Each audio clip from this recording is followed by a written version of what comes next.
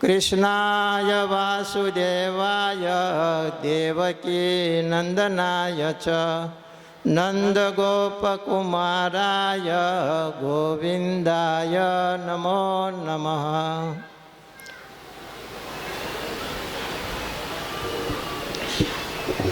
तो हरे कृष्णा सभी भक्तों को इस कृष्ण जन्म महोत्सव में आप सभी का स्वागत है। और कल कृष्ण जन्माष्टमी है, तो उस उत्सव के उपलक्ष्य में आज प्रोग्राम का आयोजन किया गया है। और जो शास्त्र स्वरूप प्रभु ने बताया मेरे बारे में, तो वास्तव में वो थोड़ा बढ़ा चढ़ा के बताया है। वैसे हम हैं नहीं, वो हमारे गुरु हैं, हम उसके गुरु नहीं हैं।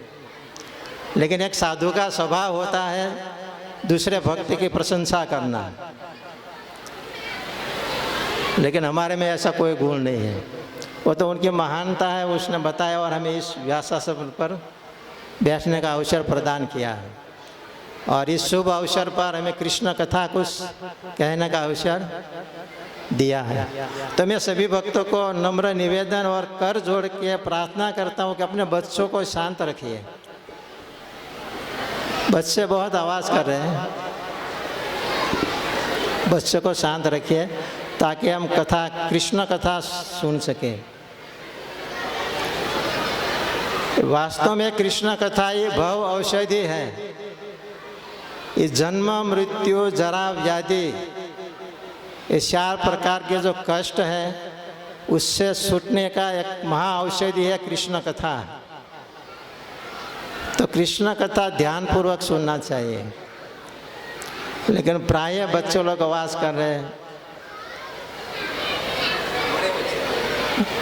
और बड़े भी शांत रखें। तो और थोड़ा कृष्ण कथा सुनिए। ज़्यादा हम नहीं बताएंगे, ज़्यादा से ज़्यादा 10 मिनट लेंगे आपका, लेकिन ध्यानपूर्वक सुनिए।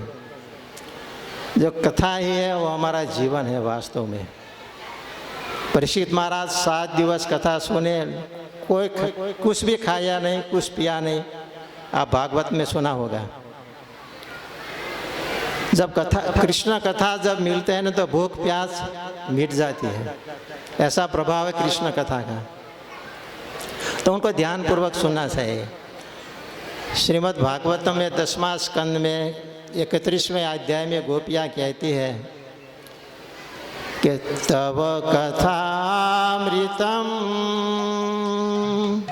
तप्त जीवनम कविभिरीडितां कल्मषापहम् श्रवणमङ्गलं श्रीमदाततं भुवि गृह्णन्ति ये भूरिदा जना। श्रीमती गोपिया कहती हैं, जो भगवान के परम भक्त हैं वो क्या कहते हैं? तव कथा अमृतम, जो आपकी कथा है वो अमृत के समान है। कैसे अमृत के समान है? बोले तप्त जीवनम, जो हमारा जीवन अनेक कष्टों से घिरा हुआ है, हमारा मन हमेशा उद्विग्न रहता है, ऐसे तप्त जीवन है। उसमें जो अमृत रूपी कथा आपकी सुनते हैं तो हमारा जीवन शांत हो जाता है। तप्त जीवन है वो निर्मल हो जाता है। ऐसी भगवान की कथा जो कोई सुनाता है, भूरी दाजन, सबसे बड़ा दानी वही है जो भगवान की कथा सुनाता है। यह गोपियाँ कहती है। और श्रीमद् भागवतम में गोपी गीत में कहते हैं, जो श्रीमद् भागवत का प्राण स्वरूप है गोपी गीत, उसमें ये श्लोक है कि तप्त जीवनम, कथा रूपी अमृत से शांत होता है। तो ऐसे भगवान कृष्ण की दिव्य कथा श्रवण कर रहे हैं हम, तो थोड़ा ध्यानपूर्वक सुनना चाहिए। और भगवान भगवद गीता में कहते हैं कि जन्म कर्म च में दिव्यम यो वेति तत्वतः तक्त्वा देहम पुनर्जन्म नेति मामेति सो अर्जुन। हे अर्जुन, मेरा जन्म और कर्म दोनों दिव्य है। इसको जो तत्वतः जानता है वो इस भौतिक जगत से मुक्त होकर मामेति मेरा परम धाम को प्राप्त करता है। तो हम सब जानते हैं कि भगवान कृष्ण इस धराधाम पर आते हैं और असुरों का संहार करते हैं, साधुओं की रक्षा करते हैं और धर्म की स्थापना करते हैं, लेकिन वो तत्व से नहीं जानते हम। तो भगवान कहते हैं कि जन्म कर्म से में दिव्यम यो वेति तत्वतः। जो तत्व से कोई जानता है वो इस भौतिक बंधन से मुक्त होकर मेरे परम धाम को प्राप्त करता है। जो तत्व से कैसे हम जानेंगे? जब उनके बारे में सुनेंगे, जो उनकी लीला सुनेंगे, उनके गुण सुनेंगे, उसने जो कार्य किए है उसका श्रवण करेंगे, तब हम जान पाएंगे कि भगवान वास्तव में क्या है, कृष्ण का स्वरूप क्या है। प्रभु जी ने बताया ना, प्राय भारत में सभी कंफ्यूज है कि भगवान कौन, क्योंकि हम तत्व से नहीं जानते भगवान कृष्ण को। अगर तत्व से कोई एक बार जान लिया तो फिर दूसरे के पास नहीं जाएगा वो। ब्रह्म संहिता में ब्रह्मा जी कहते हैं कि ईश्वर परम कृष्ण सचिदानंद विग्रह अनादिर आदि गोविंद सर्व कारुणा कारण। ब्रह्मा जी जो सारे सृष्टि के इंजीनियर है, जो सृष्टि की रचना किए हैं भगवान की आज्ञा से, वो ब्रह्मा जी ब्रह्म संहिता में कहते हैं कि ईश्वर परम कृष्ण। ईश्वर कोई है तो कौन है? कृष्ण है। और भगवान भगवद गीता में भी कहते हैं 10वें अध्याय में कि अहम सर्वस्व प्रभुवो मत सर्व प्रवर्तते इति मत्वा भजते मां बुधा भाव समन्विता। अहम सर्वस्व प्रभु, मैं इस सृष्टि का रचना करता हूँ। इस प्रकार जो कोई मुझे जानता है वो बुद्धिमान है। और भगवान कहते हैं कि तेषाम सतत युक्ता नाम भजताम प्रीतिपूर्वकम ददामी बुद्धि योगम तम माम उपयांति थे। इस प्रकार जो मुझे तत्व से कोई जानता है और प्रीतिपूर्वक मेरा भजन करता है तो मैं उनको बुद्धि प्रदान करता हूँ। यह भगवान का गुण है। इसलिए भगवान को तत्व से जानना चाहिए कि वास्तव में भगवान कृष्ण क्या है। तो इस जन्माष्टमी में हम कल उसके बारे में पूरी तरह से श्रवण करेंगे और शास्त्र स्वरूप प्रभु बताएंगे कि भगवान कृष्ण वास्तव में क्या है, कौन है, और हमें उसकी पूजा क्यों करना चाहिए, हमें उनकी सेवा क्यों करना चाहिए। तो भगवद गीता में भगवान कहते हैं ममय अंश जीवलोके जीवभूत सनातन। ये सारे जीव है, मनुष्य नहीं, पूरे विश्व में जो भी जीव है मेरा अंश है और वो सनातन है। जैसे मैं सनातन हूँ उसी प्रकार सारे जीवात्मा भी सनातन है। तो ये सारे बातें भगवद गीता में भगवान ने विस्तार पूर्वक कहा है। तो उसको हम जानेंगे, भगवद गीता पढ़ेंगे, तब हम भगवान कृष्ण को पूर्ण रूप से समझ पाएंगे। और फिर बाद में भागवतम, भगवद गीता समझने के बाद भागवतम शुरू होता है। तो बेसिक ज्ञान है वो भगवद गीता में है और वो भगवद गीता हमें एज इट इज मूल रूप में यथारूप श्रील प्रभुपाद ने दिया है। ये प्रभुपाद की विशेष कृपा है कि हमें ऐसे भगवद गीता और भागवतम का ज्ञान दिया है। तो ऐसे भगवान कृष्ण का कल आविर्भाव दिवस है, कल जन्माष्टमी है। भगवान कल के दिन इस धराधाम पर प्रकट हुए और भगवान मथुरा में प्रकट हुए ना, वासुदेव और देव के कारागार में थे कंस के, और उनके सामने भगवान प्रकट हुए चतुर्भुज रूप में। कोई सामान्य बालक जैसे जन्म लेता है ऐसा भगवान जन्म नहीं लेते। जब भगवान प्रकट हुए वसुदेव और देव की माता के सामने तो चतुर्भुज रूप में थे, 4 हाथ और शंख चक्र गदा पद्म धारण किए हुए और पीला पीताम्बर धारण किए हुए और अनेक आभूषण से सुशोभित थे भगवान। ऐसे भगवान प्रकट होते हैं। और कलयुग में कहते हैं, कई सारे लोग कहते हैं हम भगवान हैं। तो जब जन्मे तक क्या उनकी स्थिति थी वो जानना चाहिए हमें। तो भगवान वसुदेव और देवकी के सामने प्रकट हुए चतुर्भुज रूप में, और फिर बाद में वसुदेव ने प्रार्थना किया कि आप तो शिशु रूप में बन जाइए। बहुत विस्तार से कथा है वहाँ पर श्रीमद् भागवतम में। तो वसुदेव और देवकी माता की प्रार्थना से भगवान कृष्ण जो चतुर्भुज रूप में थे वो बालक एक शिशु के रूप में हो गए। उससे पहले भगवान ने आज्ञा दिया कि मुझे यहाँ से लेकर आप गोकुल में नंद महाराज के वहाँ छोड़ दो, और वहाँ एक माता यशोदा के वहाँ एक कन्या का जन्म हुआ है, उनको आप लेके आइए और मुझे वहाँ पर छोड़ दो। तो वसुदेव भगवान की आज्ञा को पालन करते हुए मथुरा से गोकुल गए छोड़ने के लिए, और वहाँ यशोदा मैया ने एक बालिका के एक कन्या का जन्म दिया था, उसको लेकर आ गए, और कंस के कारागार में वो फिर से उनकी बेड़ियाँ लग गई। बहुत सारी कथा है वहाँ पर, हम संक्षेप में नहीं आगे बढ़ पाते हैं क्योंकि समय का अभाव है। तो वहाँ भगवान का जन्म हुआ मथुरा में, और वसुदेव जी ने गोकुल में छोड़ दिए। और नंद महाराज यशोदा मैया जब सुबह पता चला कि उनको एक लाला भैया एक बालक का जन्म हुआ, तब बहुत बड़ा जन्म उत्सव मनाया गया नंद महाराज ने। नंद घर आनंद भयो जय कन्हैया लाल की। नंद के घर कृष्ण का जन्म हुआ ऐसा हम नहीं गाते हैं। क्या गाते हैं? नंद घर आनंद भयो। कृष्ण क्या है? आनंद है, आनंद मूर्तिमान आनंद स्वरूप है, इसलिए वह कहते हैं कि नंद घर आनंद भयो। नंद के घर आनंद का जन्म हुआ। आनंद मतलब कृष्ण, जो कृष्ण का विग्रह पूर्ण रूप से आनंद का स्वरूप है, घनीभूत आनंद ही है। तो ऐसे आनंद कृष्ण का जब हम दर्शन करते हैं, उनके बारे में कथा सुनते हैं, तो हम भी आनंदित हो जाते हैं।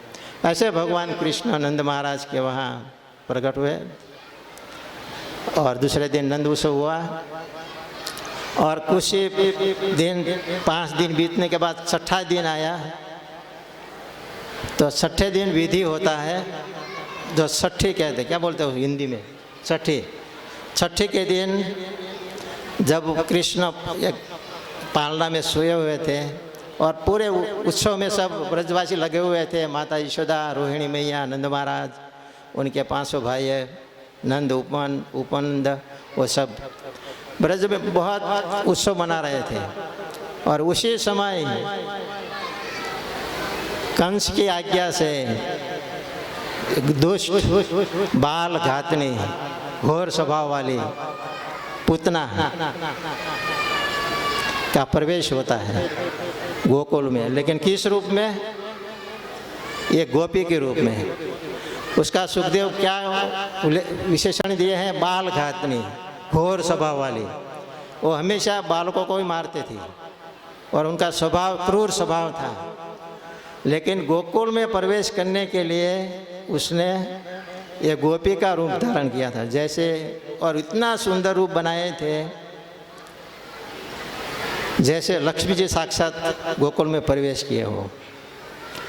तो हमारे आचार्य ने बहुत वहाँ पर वर्णन किए हैं। जैसे शास्त्र स्वरूप प्रभु ने बताए कि साधु कौन। आजकल तो साधु के वेश में पाखंड और दुष्ट लोग ज़्यादा है, इसलिए साधु का नाम ये बदनाम कर दिए हैं। तो ये परंपरा चली है पूतना से। पूतना दुष्ट थे, लेकिन एक साधु या गोपी का रूप बनाकर गोकुल में प्रवेश किए थे। तो ये पाखंड गुरु का प्रतीक है पूतना। जो गुरु है ना, पाखंड गुरु, जो अपने आप को महान गुरु मानते हैं और शिष्यों को उससे धन छीनते हैं और कुछ देते नहीं है, बस जो भी आप कमाते हो हमें दो और आपका कल्याण हो जाएगा। ऐसे कल्याण नहीं होता है कभी। साधु का स्वभाव होता है और साधु का लक्षण भी होता है। और हमारे शास्त्रों में चैतन्य चरितामृत में साधु का जो स्वभाव है, उनका लक्षण है, वो विस्तार से बताया है। और लिखा है कि साधु संग सर्वशास्त्र का लव मात्र साधु संग सर्व सिद्धि है। एक तो साधु का स्वभाव क्या होता है कि उस साधु का जब संग करते हैं, लव मात्र साधु संग सर्व सिद्धि हो, ऐसे साधु की हम संग करते, खाली लव मात्र संग करते हैं, एक क्षण माटे भी उसका संग करते हैं तो सर्व सिद्धि प्राप्त हो जाती है। सर्व सिद्धि मतलब क्या? धन दौलत आदि वो नहीं। सर्व सिद्धि मतलब जन्म मृत्यु जरा व्याधि से छुटकारा, वो हमारा सबसे बड़ा कष्ट है, उससे साधु संग से हमें मुक्ति प्राप्त होती है। ऐसे साधुओं का संग करना चाहिए। लेकिन आजकल गुरु भी पाखंडी है, साधु भी पाखंडी है। तो ऐसे पाखंडी गुरु का प्रतीक है पूतना। गोपी का वेश धारण के, सुंदर वेश, गोपी ड्रेस पहन के, तिलक लगाकर जैसे वृंदावन में जाते हैं, और आज गोपी के रूप हम देखते कैसी गोपियों का रूप होता है, ऐसे गोपी का रूप धारण करके पूतना गोकुल में आई और किसी ने नहीं रोका। और हाथ में एक कमल पुष्प घुमाते घुमाते चले जो माता यशोदा और रोहिणी माता, नंद महाराज आज सोचने लगे तो साक्षात लक्ष्मी जी आई है हमारा लाला का दर्शन करने के लिए। किसी ने पूतना को नहीं रोका, वो ऐसा सुंदर रूप बनाकर आई थी। जो पाखंडी होते हैं ना, वो रूप ज़्यादा बनाते हैं, होता कुछ नहीं ऐसा, बाहर से कुछ और अंदर से कुछ और होता है। इसलिए हरे कृष्ण आंदोलन या कृष्ण में आप देखते हैं कि हमेशा नाम जप करते हैं। तो कई लोग पूछते हैं कि आप दिखावा करते हो, नाम जप करने की दूसरों को दिखाने की क्या ज़रूरत है? मन में नाम लीजिए। तो वास्तव में मन में नाम होता नहीं है। जब हम अभ्यास करेंगे, ये नाम जप करते करते दिखाने के लिए क्यों ना करें, लेकिन जब अभ्यास करेंगे तो अपने आप निरंतर नाम मन में आएगा। लेकिन अभ्यास ही नहीं होगा तो नाम कैसे आएगा? और कहते हैं कि आप मन में नाम लीजिए, दिखाने की क्या ज़रूरत है? वास्तव में ये अभ्यास है। जब कोई बच्चा स्कूल में जाता है प्रथम श्रेणी से, जब बचपन से जाएगा तब वो कॉलेज में या 12वीं में 10वीं में पास होगा, और डायरेक्ट 12वीं में 10वीं में जाएगा तो पास हो सकता है। अभ्यास करना पड़ता है ना, धीरे धीरे अभ्यास करेंगे तब वो आगे डिग्री प्राप्त कर सकता है। उसी प्रकार ये नाम जप करना अभ्यास करना है, बहुत महत्वपूर्ण है नाम जप करना। और कलयुग में तो युग धर्म ही है नाम जप करना, कीर्तन करना। तो लेकिन ये पाखंड गुरु होते हैं ना, वो कुछ नहीं बताते, आप जो भी करना है कीजिए, बाकी हमें अपना धन दीजिए। तो ये पाखंड गुरु का प्रतीक थी पूतना। सुंदर वेश धारण करके आई गोकुल में और किसी ने नहीं रोका। और आजकल भी हम देखते हैं कि पाखंड गुरु जो होते हैं उनका बहुत चलता है, और कोई मना नहीं करते उनको, उनकी बोलबाला होती है, लेकिन बाहर से ऐसे दिखते हैं, इसलिए लोग भ्रमित हो जाते हैं। लेकिन जब कृष्ण के बारे में हम भगवत गीता भागवत आदि सुनते हैं और पढ़ते हैं तो उससे हमें ज्ञान प्राप्त होता है कि ऐसे पाखंड में फंसना नहीं है हमें, क्योंकि बहुत दुर्लभ से ये मनुष्य शरीर प्राप्त होता है। हमें उसको सदुपयोग करके सद्धर्म को पालन करके हमें भगवत धाम प्राप्त करना चाहिए। 84 लाख प्रकार की योनि परिभ्रमण करते करते हमें मनुष्य शरीर प्राप्त हुआ है, तो उनको लाभ लेना चाहिए। तो ऐसे पाखंड से बचने के लिए हमें ये भगवत गीता और भागवतम पढ़ना चाहिए। तो पूतना ऐसे पाखंड रूप धारण करके, गोपी वेश धारण करके आई गोकुल में, और जहाँ कृष्ण सोए हुए थे वहाँ सीधी पहुँच गई। उनको मारना था, वही कंस का आदेश लेकर आई थी, और अपने स्तनों में कालकूट नामक जहर लगा कर आई थी ताकि वो स्तनपान कराए और कृष्ण का वध कर दे, मार दे। उनको पता नहीं था कि हमारा काल ये पालने में सो रहा है। तो वो पालने में गई 5, और जहाँ कृष्ण सोए थे उनको गोद में उठाए, और जैसे ही वो दूध कृष्ण के पास पहुँचे और सामने खड़े रहे, तब कृष्ण ने आंखें बंद कर ली पूतना को देखकर।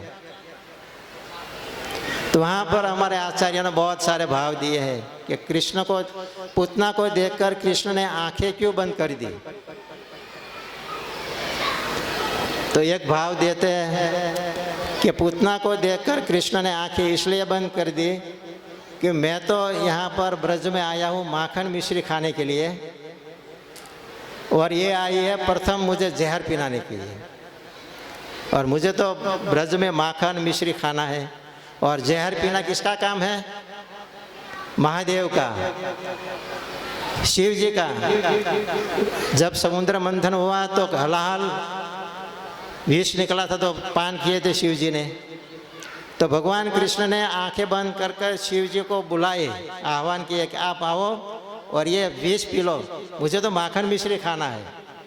विष पीना तो आपका डिपार्टमेंट है, आपका काम है, आप विष पीजिए। तो इसलिए भगवान कृष्ण ने पूतना को देखकर आंखें बंद कर दी। और दूसरा भाव कहते हैं कि भगवान कृष्ण ने पूतना को देखकर आंखें क्यों बंद की? तो भगवान कृष्ण आंखें बंद कर सोचने लगे, ध्यान करने लगे, ये मुझे मारने के लिए आई है, लेकिन ये यहाँ तक पहुँची कैसे? यहाँ तक पहुँचना नहीं चाहिए। उसने ऐसा कौन सा कर्म किए है कि जो यहाँ तक पहुँची, गोकुल में यहाँ तक आई? तो उनका पूर्व जन्म देखा पूतना का। तब भगवान कृष्ण सोचने लगे कि उनकी इच्छा ही थी ऐसी। जब हम बलि महाराज का प्रसंग सुनते हैं श्रीमद् भागवतम में 8वें स्कंद में उसका वर्णन है बलि महाराज का। जब वामन भगवान बलि महाराज के यज्ञशाला में आए तो वामन भगवान सुंदर रूप धारण करके आए थे, एक छोटा सा बालक ब्राह्मण का रूप धारण करके, और अपना पूर्ण रूप से तेज प्रकाशित करते हुए उस यज्ञशाला में प्रवेश किए। तो उसी समय बलि महाराज और उनके बहन रत्नावली वो सब बैठे थे। तो उस बालक को देखकर बलि महाराज की बहन रत्नावली ने देखा कि ये तो बहुत सुंदर बालक है, अगर ऐसा बालक मुझे प्राप्त होता तो मैं उनको दूध पिलाती, अपना स्तनपान कराती। तो ऐसा उनके मन में भाव हुआ।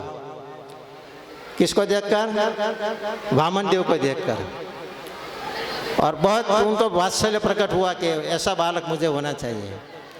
और कुछ ही समय के बाद जब बलि महाराज ने, वामन देव ने मांगा कि आप 3 पद भूमि मुझे प्रदान कीजिए, और बलि महाराज ने कहा ठीक है आप मांगिए। तो भगवान ने पहले ही कदम में पूरा ब्रह्मांड माप लिए, दूसरे कदम में पाताल तक माप लिए। तो ये सब विराट रूप देखा। तब वो रत्नावली थी, वो सोचने लगी कि अगर ऐसा बालक होता तो मूर्छों में जहर पिलाकर मार देती। तो उनको दोनों भाव प्रकट हुए उस समय कि ऐसा पहले सुंदरता देखकर वात्सल्य भाव प्रकट हुआ कि मैं ऐसा बालक होता तो स्तनपान कराई थी, और विराट रूप देखकर बलि महाराज का सब हरण कर लिया। तब कोई ऐसा दुष्ट बालक होता तो मैं जहर पिलाकर मार देती। तो दोनों भाव प्रकट हुए। तो दोनों भाव लेकर आई थी वो पूतना दूसरे जन्म में। तो भगवान के पास भगवान ने कहा कि उनका दोनों भाव था, इसलिए दोनों भाव इस जन्म में उनका पूरा होगा। तो वात्सल्य भाव से वो स्तनपान भी कराए और साथ साथ में जहर भी पिलाए। लेकिन वो तो भगवान पूर्ण पुरुषोत्तम परमेश्वर है, तो उनको क्या होता है, सच्चिदानंद विग्रह है। तो स्तनपान करते करते उनका जहर भी पी लिए और साथ साथ में उनका प्राण भी पी लिए और पूतना का उद्धार किए। तो ऐसे भगवान दयालु है। तो सुखदेव गोस्वामी कैसे किंबा दयालु, ऐसे दयालु भगवान कौन है जो मारने के लिए आए थे, उनको माता की गति प्रदान की भगवान कृष्ण ने। तो ऐसे पूतना का 13 भाव वहाँ पर हमारे आचार्यों ने दिया है कि पूतना को देखकर भगवान कृष्ण ने आंखें क्यों बंद की। तो इसी प्रकार सुंदर पूतना का उद्धार किए 6 दिन में। ये भगवान का स्वभाव है, इसको बोलते हैं तत्वतः जानना। भगवान को कुछ तपस्या या साधना या बल प्राप्त करने की जरूरत नहीं थी। 6 दिन के थे मात्र, कंस का वध किए और उनके बाद मथुरा से कहाँ गए, द्वारका। द्वारका में भगवान 100 साल तक लीला किए। तो भगवान कृष्ण इस धराधाम पर 129 साल तक लीला किए। तो बहुत सारी पूरे भागवत में इस कथा का वर्णन है सारे। तो भगवान कृष्ण का जो जन्म और कर्म वो दिव्य है, उनको तत्व से हमें जानना है। और तत्व से जानने के लिए हमारे पास शास्त्र है, भगवद गीता, श्रीमद् भागवतम, ऐसे ग्रंथों का अध्ययन करना चाहिए और साधु के मुख से, वैष्णवों के मुख से उनको श्रवण करना चाहिए, ताकि हम इस दिव्य ज्ञान प्राप्त कर सके। और इस दिव्य ज्ञान प्राप्त करने के बाद हमें दो ही काम करना है। भागवत कर हम भगवान को कम से कम नमस्कार तो कर सके, वंदन तो कर सके, और वंदन करने से ही भगवान प्रसन्न होते हैं, प्रणाम करने से भगवान प्रसन्न होते हैं। तो ये हनुमानगढ़ की भूमि पर इस्कॉन का आगमन बहुत शुभ और मंगलमय है। और ये शास्त्र स्वरूप प्रभु बहुत प्रयास कर रहे हैं। वैसे साधुओं का स्वभाव होता है जीवों को दुख से मुक्त करने का, वरना वो भी बहुत पढ़े लिखे हैं और बहुत अच्छा जॉब करते थे। सब कुछ छोड़कर अपने गुरु महाराज की सेवा का, आज्ञा का पालन करने के लिए, सारे जीवों का उद्धार करने के लिए यहाँ पर परिश्रम कर रहे हैं। और इस्कॉन के जो प्रभुपाद की इच्छा थी, जारे देखो तारे कहो कृष्ण उपदेश, हमारा आज्ञा गुरु है या तारो यही देश। और कुछ नहीं करना है, कृष्ण की आज्ञा है, जारे देखो तारे कहो कृष्ण उपदेश, बस कृष्ण का उपदेश दो। भगवद गीता में जो कहा वही कहना है। तो ऐसे शास्त्र स्वरूप प्रभु भगवान की और प्रभुपाद का जो मिशन है उनको आगे बढ़ाने के लिए प्रयास करते हैं। तो उनका हम हरे कृष्ण महामंत्र द्वारा एक बार अभिवादन करते हैं श्री शास्त्र स्वरूप प्रभु के लिए। हरे कृष्णा कृष्णा कृष्णा हरे हरे, हरे राम राम राम हरे हरे। कृष्ण चंद्र भगवान की जय, श्रील प्रभुपाद की जय।